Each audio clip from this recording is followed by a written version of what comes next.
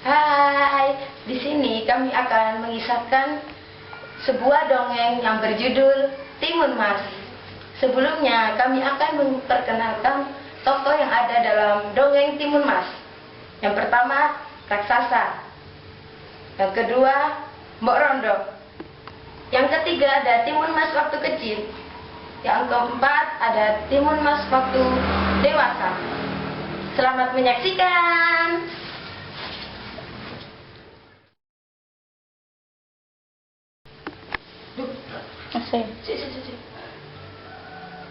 Dahulu di Jawa Tengah ada seorang janda yang sudah tua, Mbok Rondo namanya.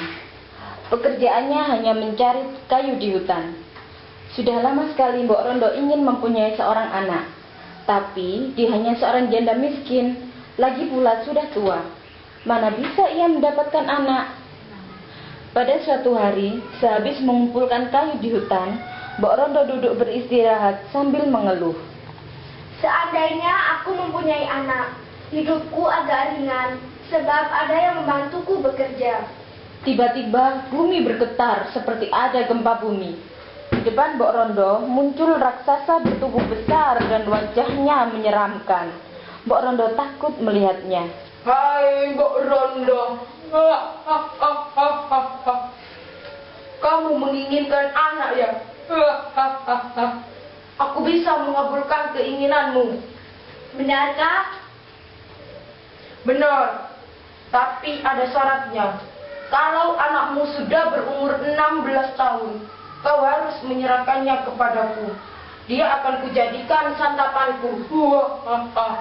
Karena begitu inginnya dia punya anak, maka Mbok Rondo tidak berpikir panjang lagi. Yang penting segera punya anak. Baiklah, aku tidak keberatan. Kemudian raksasa itu memberi biji mentimun kepada Mbok Rondo. Mbok Rondo segera pulang dan menanam benih itu di halaman belakang. 2 minggu kemudian tanaman itu sudah berbuah. Di antara buah mentimun yang tumbuh ada satu buah yang sangat besar. Warnanya kekuningan. Kalau tertimpa sinar matahari, buah itu berkilau seperti emas. Mbok Rondo memetik buah yang paling besar itu. Mbok Rondo mengambil pisau dan membelah buah itu. Lalu ia membukanya dengan hati-hati. Astaga, ternyata ada seorang bayi perempuan yang cantik di dalamnya. Mbok Rondo pun sangat gembira. Ia menamakan bayi mungil itu Timun Mas. Hari, bulan, dan tahun pun berganti. Timun Mas tumbuh menjadi seorang gadis jelita. Mbok Rondo sangat menyayangi Timun Mas. Tiba-tiba, bum bum, bumi bergetar, lalu disusul suara tawa menggelegar. Ayo.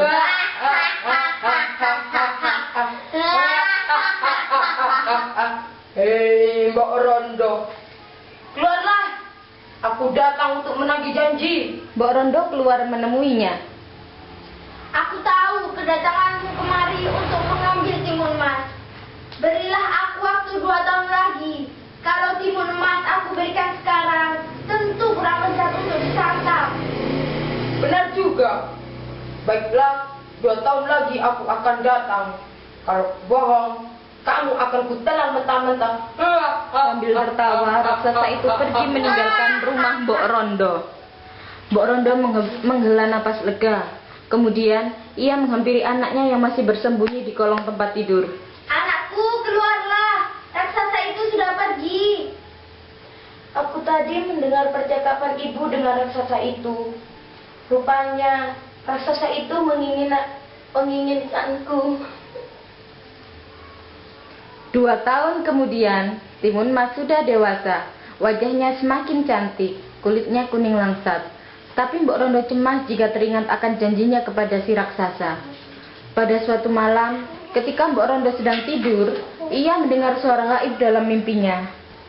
Hai Mbok Rondo, kalau kau ingin anakmu selamat, mintalah bantuan kepada seorang pertapa di Bukit Gandul. Esok harinya, Mbok Rondo pergi ke Bukit Gandul. Di sana ia bertemu dengan seorang pertapa. Pertapa itu memberikan 4 bungkus kecil yang isinya biji timun, jarum, garam, dan terasi.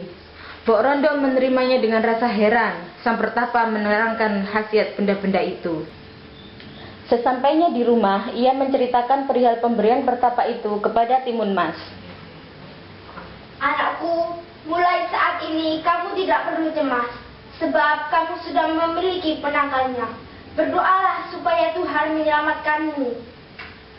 Ketika Mbok Rondo sedang menjahit baju untuk Timun Mas, tiba-tiba bumi berguncang, pertanda raksasa datang.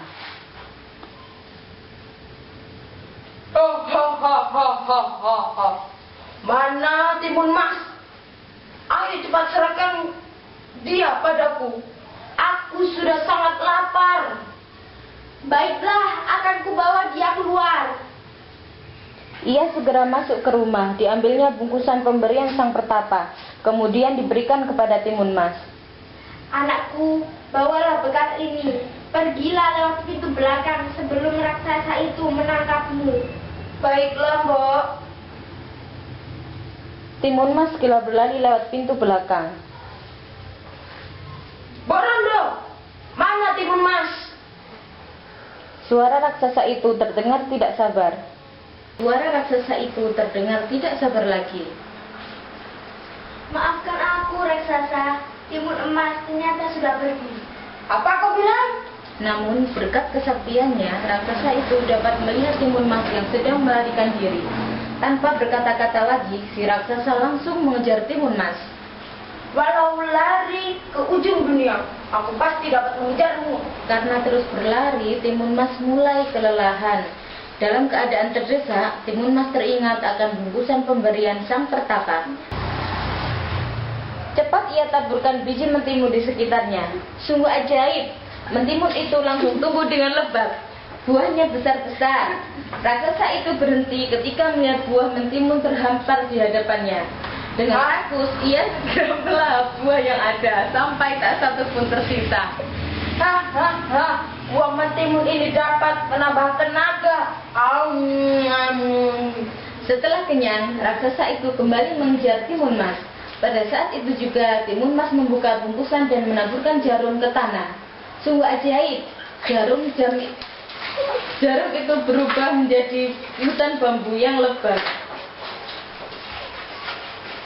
Raksasa itu berusaha menembusnya, namun tubuh dan kakinya terasa sakit karena tergores dan tertusuk bambu yang patah. Ia pantang menyerah dan berhasil melewati hutan bambu itu, terus mengejar Timun Mas. Hai Timun Mas, jangan harap kamu bisa lolos. Si raksasa berseru sambil membungkuk untuk menangkap Timun Mas. Dengan sigap, Timun Mas melompat ke samping dan berkelit menghindar. Oh, hampir saja aku tertangkap. Timun Mas terengah-engah. Keringat mulai membasahi tubuhnya. Ia ingat pada bungkusan pemberian pertapa yang tinggal 2, isinya garam dan terasi. Ia segera membuka tali pengikat bungkusan garam. Garam itu ditaburkan ke arah si raksasa. Seketika butiran garam itu berubah menjadi lautan. Raksasa itu sangat terkejut karena tiba-tiba tubuhnya terjebur ke dalam lautan. Tapi berkat kesaktiannya, ia berhasil berenang ke tepi. Ia kembali mengejar Timun Mas. Bocah kurang ajar, kalau tertangkap akan kutangan kau bulat-bulat. Timun Mas semakin khawatir karena raksasa itu berhasil melewati lautan yang sangat luas itu. Akan tetapi ia tidak putus asa. Ia terus berlari meskipun sudah kelelahan. Raksasa itu terus mengejar. Timun Mas melemparkan isi bungkusan yang terakhir terasi itu langsung dilemparkan ke arah si raksasa. Tiba-tiba saja terbentuklah lautan lumpur yang mendidih. Raksasa itu terkejut sekali. Dalam sekejap tubuhnya ditelan lautan lumpur. Dengan segala usaha, ia berusaha menyelamatkan diri. Ia meronta-ronta, tapi usahanya sia-sia. Tubuhnya pelan-pelan tenggelam ke dasar. Timun Mas, tolonglah aku. Aku berjanji tidak akan memakanmu. Tapi lumpur panas itu menelan tubuh si raksasa. Kini, Timun Mas bisa bernapas lega karena selamat dari bahaya maut. Ia segera berjalan ke arah rumahnya.